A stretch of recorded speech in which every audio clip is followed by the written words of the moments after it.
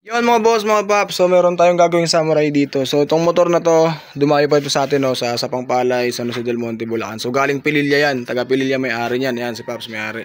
So ang gagawin dito, bata pa motor na to. Ilang odo to, sir? 2K Odo pa lang. 2K Odo pa lang. So ano gagawin mo sa 2K Odo? Antay mo pa masiraan ka ng ECU, ng controller mo. O ayos natin yung wiring.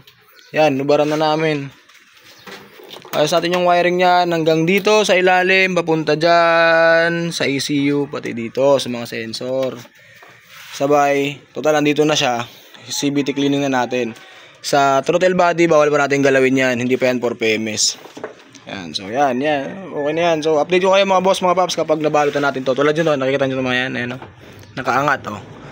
Yung takip ng ECU nakaangat. Imbis na nakatakip yan. So yan yung mga iayos natin. Yun mga boss, mga paps, so na-access na natin yung kanyang ilalim, no. So itong motor na to, isang beses pa lang na washing to. Pero lagi niyang ginagamit yan tuwing umuulan. Kitang-kita naman may mga talsik, ayan, kita niyo, di ba? So ayan, yung wiring basa, di ba?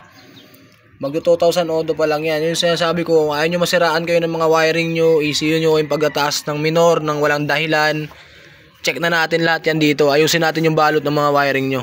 Ayan. Para maiwasan yung pagkasira. Kasi ito, isang beses na natin kakalasin yan sa wiring, babalutin natin ng husto. Kaysa naman masiraan kayo ng ECU, napakamahal. Itong controller, napakamahal. Diba? Kasi lalo na pag nagka-short yung wiring ni Samurai, ang daming tinatamaan yan, maraming nadadamay dyan. Kaya hanggat maaga, ayusin na natin, agapan natin. Yan. Ito yung Samurai, wala akong masasabi dito. Sa power, malakas talaga. Downside wiring, yun lang. Kaya dapat ayusin.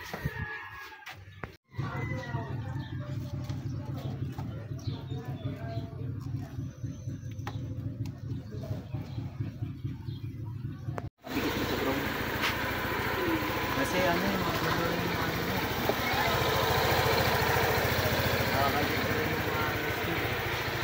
Yon mga boss, mga paps, so nakauwi na yung taga Pililla sa All Goods na yun. So dito man tayo sa isa, taga saan ka paps? Tandang Sora. Ito, Tandang Sora. So pumunta dito sa atin sa Sapang-Palay, San Jose del Monte, Bulacan. So ang gagawin dito, MDL installation, PMS, engine wash, kita nyo yan. Nagba-brown na yung alikabok sa makina. Tapos after nito, dito tayo sa isa, and torque from saan ka galing?